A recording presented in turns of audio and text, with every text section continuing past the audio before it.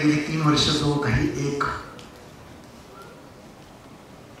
आपण मोठा प्रोग्राम या ठिकाणी राबवतो आहोत, skill enhancement and job opportunities training program अंतर्गत प्रत्येक वर्षातील प्रत्येक विद्यार्थ्याला 30 दिवसाचं ट्रेनिंग, गायडन्स, प्रॅक्टिकल वर्क नेहमीच्या नियोजित अभ्यासक्रमाला सोडून आणि त्यासाठी आपण ज्युनियर सिनियर असा भेद न करता, फॅकल्टी वाईज आर्ट्स कॉमर्स भेद न करता त्या फॅकल्टीमध्ये असलेल्या त्या प्रकारच्या ज्या संधी असतात आणि त्या दृष्टीनं त्या विद्यार्थ्याच्या आत काही जो राजहंस दडलेला असतो त्याला बाहेर काढण्यासाठी म्हणून आम्ही 11वी ते PG असा हा प्रोग्राम राबवतो, फॅकल्टी वाईज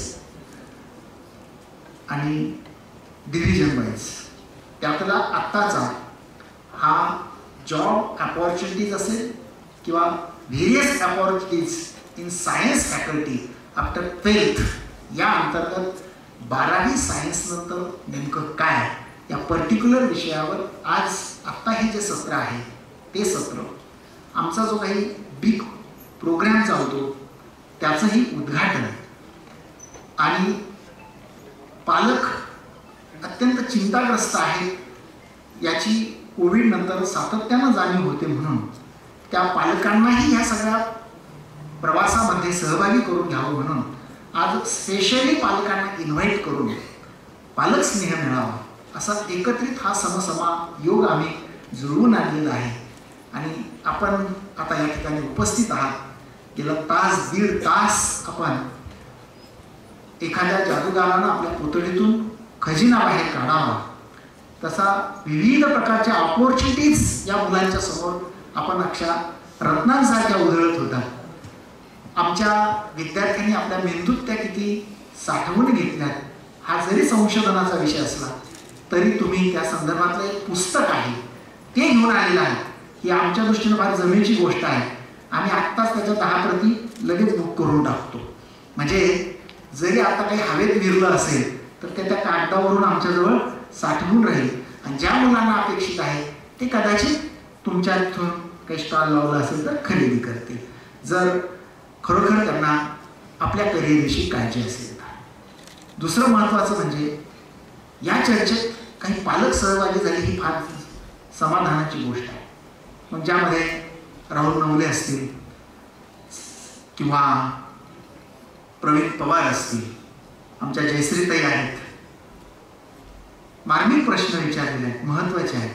मंचावर इथं जागृत पालक संजय पवार आहेत. खरं तर माझ्यापर्यंत सगळ्यांची नावं नाहीत त्यामुळं कृपया माफ करा, पण तुम्ही सगळे खास आज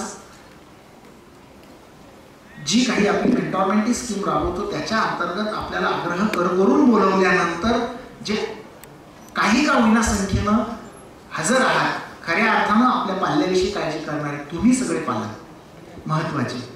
आणि माझे सर्व सवंगडी सहकारी मित्र हो, मी जास्त बोलणार नाही कारण सरांना पुन्हा एकदा सेशन आहे यानंतर तासभरात जेवण झाल्यानंतर, आणि त्यामध्ये ज्या काही व्हेरियस अपॉर्च्युनिटीज आहेत, मग त्या आर्ट्स फॅकल्टी असेल, कॉमर्स फॅकल्टी असेल, MCVC असेल, त्याच्यातून किती प्रकारच्या दिशा आहेत त्याच्यावर सुद्धा ते 2 तासाचं प्रदीर्घ अशा पद्धतीचं विवेचन त्या मुलांसमोर करणार आहेत.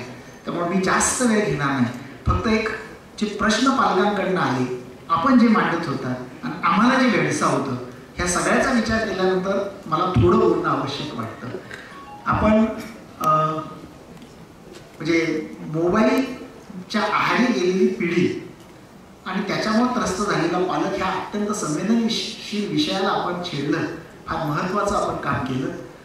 आपण कितीही म्हटलं आणि कितीही प्रयत्न केला तरी ते जग इतकं मोहमयी आहे, फक्त आत्ताच्या सेशन पुरतं ते प्रभावी ठरतं आणि 1 तास 1.5 तासानं घरी गेलं, त्या माहोलमध्ये गेलं की पुन्हा आपली अंतर्गत जे मन आहे, मन वढाय वढाय उभ्या पिकातलं ढोरं किती हाकला हाकला परत येतं पिकावर, ते पिकावर नाही तर मोबाईलवर येतं सारखं सारखं बहिणाबाई, ते जातच तिकडं, किती ठरवा जातच. तर त्याला तुम्ही आम्ही आता मुळात सगळं उघडू शकत नाही हे बरोबर आहे, पण प्रयत्न करायला काही हरकत नाही. आम्ही या ठिकाणी इंटरनॅशनल डिटॉक्स डे साजरा करतो. मोबाईलच्या हॅबिट ज्या आहेत त्याच्या दोषांवर सातत्यानं प्रबोधन करतो. पण हे चालच आहे तर ठीक आहे, पण किमान त्याचा वापर तरी चांगला कसा करावा याचं मार्गदर्शन या निमित्तानं करण्याचा प्रयत्न आमचा असतो. त्याचे दोष परिणाम सगळे जरी कळलेले असते तरी असो. तुमच्या मोबाईलमध्ये GPT चॅट आणि आता नुकतंच AI आणखी काळं निळं काहीतरी फिरतं पाहिजे असं, जरा त्याचा तरी चांगला यूज करा एवढं या निमित्तानं सांगतो. जगातली कुठलीही गोष्ट एका वाक्यात प्रश्न विचारा, तुम्हाला 4 पानाची इन्फॉर्मेशन मिळते. नॉलेजसाठी ती फार महत्वाची आहे. म्हणजे ते AI आता तुमच्या मानगुटीवर येऊन बसलेलं आहे. तुम्हाला आता पारंपरिक याच्यात राहता येणार नाही, हे एक महत्वाचं. दुसरं, जो काही NDAच्या संदर्भात प्रश्न या ठिकाणी पवारांनी विचारला, चांगला प्रश्न आहे. मी गेली 2 महिने सातत्यानं प्रयत्न करतो आहोत. NDA बेसिक गायडन्स प्रोग्राम याचाही आमचा 30 तासाचा एक इंटिग्रेटेड प्रोग्राम आम्ही लॉन्च केला आहे ऑलरेडी, पण त्याला पाहिजे तसा प्रतिसाद अजून मुलांकडनं मिळत नाहीये. म्हणजे ज्यांना NDAच्या माध्यमातून लष्करात अधिकार पदावर जायचं असेल त्यांच्यासाठी यातलाच एक भाग आम्ही लॉन्च केलेला आहे. आणि जो नीटच्या अनुषंगानं प्रश्न विचारला आणि आपण उत्तर दिलं अत्यंत बरोबर आहे. बऱ्याचदा आपले जे काही गैरसमज असतात, नीट असेल JEE असेल, तिकडं मायनस सिस्टीम असल्यामुळं कसे फटके बसतात त्याचं मी स्वतः अनुभव घेतलेला आहे. माझ्या कन्येला बायोला 380 मार्क्स असताना तिकडं तिनं हवेत गोळ्या मारल्या, जिथं तिला अवघड वाटतं तिथं तिनं हवेत गोळ्या मारल्या. आणि मग तिला मी विचारलं, सांगून सुद्धा केलं बरं का, आल्यानंतर विचारलं. आणि आम्ही ज्यावेळी टॅली केली तर तिचे काहीतरी 45 गोळ्या तिनं हवेत मारल्या होत्या. आणि तिचं जे मेरिट होणार होतं मग केमिस्ट्री आणि PCBचं, ते मेरिट कोसळलं, मायनसमुळे ती खाली आली. म्हणजे जिचा स्कोर 450 550च्या पुढे जायला हवा होता तो 260-65च्या खाली आला, मायनसमुळे ती खाली गेली. आणि हे आपल्या मुलांना कळत नाही. त्या परीक्षेचा इतकं जादू असते त्या काळात, त्याची एक वेगळी सायकोलॉजी असते. ती मुलं तिथं गेलेलं असलं की त्याच्या बाहेर येतच नाही आणि त्या याच्यात ते हे चुका करतं. त्यामुळं तो फार महत्वाचा भाग आहे जयश्रीताई. असो, महाविद्यालयामध्ये बिहोक अंतर्गत एक डिग्री प्रोग्राम 6-7 वर्षापासून चालवला जातो. कोविडच्या अगोदर आलेला हा प्रोग्राम होता. थोडा तो 3-4 वर्ष दुर्लक्षित राहिला आणि मी आल्यानंतर त्याला पुनरुज्जीवित करण्याचा खूप प्रयत्न करतोय. पण ज्या लागलेल्या सवयी असतात त्या मोडत नाही. मुलांना तो 100 रुपयात दिला जायचा फक्त, त्याच्यामध्ये त्याचं मूल्य राहिलं नाही आणि तो कोर्स मेला. आम्ही इथं फार मोठं पॉली हाऊस त्याच्यासाठी केलेलं आहे. तिथं अनेक प्रकारच्या औषधी वनस्पती आहेत, आणखी आणण्याचा प्रयत्न आहे. आपण काही आयुर्वेदिक कंपन्यांशी MOU करत आहोत, पण मुलं काही त्याच्याकडे ढुंकून पाहायला तयार नाही. मेडिसिनल प्लांट ग्रोवर नावाचा डिग्री प्रोग्राम जो सेंट्रल गव्हर्नमेंटनं स्पेशली जाहीर केला होता, बिहोक डिग्री नावाचा, त्याला प्रधानमंत्री कौशल्य विकास कार्यक्रमाअंतर्गत 15 लाख रुपयाचं विदाऊट याचं एक भांडवल पुरवलं जातं. नसेल तर नोकरीमध्ये विविध प्रकारचे जे रिसर्च प्लांट आहेत आयुर्वेदिकचे तिथं संधी आहे. पण मुलं काही तिकडं ढुंकून पाहत नाही आणि तिकडं आयुर्वेदिकमध्ये BAMS करायला कर्नाटकात जातात जास्तीची फी भरून. असो, पण हा प्रोग्राम आम्ही पुढच्या वर्षी फार ताकदीनं उभा करणार आहोत हे निश्चित सांगतो, जरी आता वेळ निघून गेलेली असली तरी. तुझे आहे तुझं पाशीपरी तू जागा चुकलाशी असं आपण म्हणतो. BBA-CA नावाचा जो प्रोग्राम या ठिकाणी भरपूर त्याला संख्या चांगली आहे. या वर्षीपासून तो CET अंतर्गत गेला आहे. त्याची CET झाली, रिझल्ट लागतोय. आपण AICTEशी अटॅच झालेलो आहोत. आपण विद्यापीठाचा BCom BBA ठेवला नाही तर AICTEचा तो का घेतला, तर मुलं जी काही बाहेर फिरतात ना ह्या क्रेजमुळं, अमुक इंजिनिअरिंग कॉलेज, तमुक मॅनेजमेंट कॉलेज, इथं सगळं आहे आणि ते इथंच देण्याचा आपला प्रयत्न आहे. म्हणून आपण AICTEशी आता अटॅच झालेलो आहोत. चौथा महत्वाचा भाग की सगळेच इंजिनियर आणि सगळे डॉक्टर झाले तर या देशाचं काय व्हायचं, बरोबर आहे की नाही? तसं होत नसतं. सगळेच इंजिनियर आणि सगळे डॉक्टर काय होऊ शकत नाहीत. जर घरात एक डॉक्टर झाला तर मग पेशंट कुणी व्हायचा हा प्रश्न पडेल ना.